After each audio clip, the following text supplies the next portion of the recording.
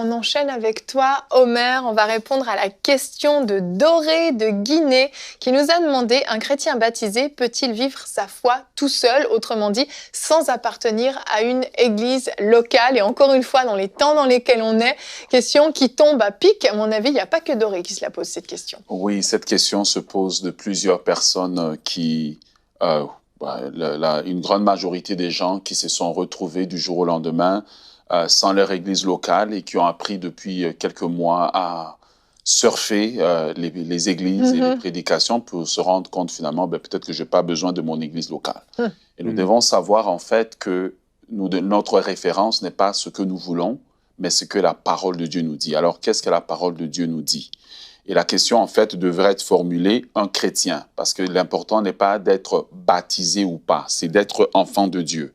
Un chrétien peut-il vivre sa vie chrétienne seul? Parce qu'il peut être né de nouveau et il n'y a pas eu l'occasion de le baptiser. Quelqu'un qui est né de nouveau pendant le confinement, on n'a pas eu l'occasion de le baptiser. Est-ce qu'il peut vivre sa vie chrétienne seul? La seule condition dans laquelle un chrétien peut être pris à vivre sa vie chrétienne seul, c'est s'il est seul dans la région et qu'il n'y a personne d'autre, ou c'est une zone où les chrétiens sont persécutés et que la vie est en danger, donc ça fera des rencontres sporadiques. Par contre, la question peut se répondre en la déclinant en 4 sous-questions dans lesquelles nous allons nous poser et normalement, on va avoir le temps de répondre. Premièrement, qu'est-ce que c'est qu'un chrétien?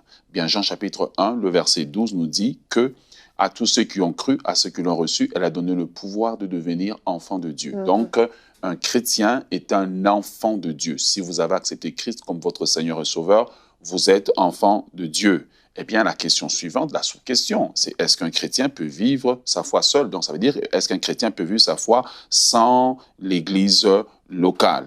Eh bien, la parole de Dieu nous dit dans 1 Timothée, chapitre 3, le verset 15, que nous sommes des gens de la maison de Dieu. Ça veut dire que nous faisons partie de la famille de Dieu. Donc, à ce moment-là, l'église locale, c'est notre famille spirituelle. Alors, quelle est la relation, évidemment, entre le chrétien et l'église? Eh bien, la parole de Dieu nous dit dans le livre de Corinthiens, l'apôtre Paul dit dans 1 Corinthiens que nous sommes membres les uns des autres. C'est pas moi, c'est pas mon opinion, ça c'est la Bible qui le dit. La Bible nous dit qu'ils sont membres les uns les autres. Et si le bras ne peut pas dire: j'ai pas besoin du corps, c'est parce que le bras tout seul n'est pas le corps. Donc il y a une complémentarité en termes de nous, enfants de Dieu, lorsque nous nous retrouvons ensemble. La parole de Dieu nous dit: là où 2 ou 3 sont réunis en mon nom, je suis au milieu d'eux. Donc quand vous avez l'opportunité de vous réunir, le Seigneur vient au milieu de nous. Ensuite de cela, eh bien, la Bible nous dit que nous sommes dans Éphésiens chapitre 2, 19, dit la même vérité encore, que nous sommes des gens de la maison de Dieu. Donc, nous faisons partie de la famille de Dieu. Là où ça devient intéressant, où ça devient un peu difficile de choisir de vivre sa vie chrétienne tout seul. Encore une fois, je dis, parfois, on n'a pas le choix, mais quand on a le choix, quand c'est possible pour nous, nous devons vivre cette vie chrétienne ensemble. Sinon, il y a un grand pan de la réalité de la vie chrétienne qui va vous manquer. Premièrement, il y a la série dans le Nouveau Testament intitulée « Les uns les autres ». Bon, alors la Bible nous dit dans Jean chapitre 13, le verset 34, « Aimez-vous les uns les autres ». Alors c'est difficile de nous aimer les uns les autres si on est seul puis qu'on ne veut pas des autres. Voilà. Bon point. Ensuite, la Bible nous dit, dans 1 Thessaloniciens, chapitre 4, le verset 18, « Consolez-vous les uns les autres ». Alors, c'est très difficile de se consoler tout seul. On a besoin de consoler l'autre en étant avec l'autre. La Bible nous dit, dans 1 Pierre, chapitre 4, le verset 19, « Exercez l'hospitalité les uns les autres ». Ce serait très difficile d'exercer l'hospitalité à soi-même. Numéro 4, voilà.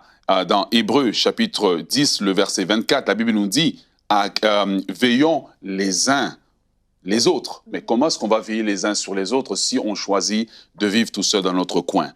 Galates, chapitre 6, le verset 2, la Bible nous dit « Portez les fardeaux les uns les autres et vous accomplirez la loi du Christ ». Mais comment allons-nous porter les fardeaux les uns les autres? Ensuite de cela, la Bible nous dit « Saluez-vous les uns les autres par un saint baiser », un verset très aimé des célibataires en passant.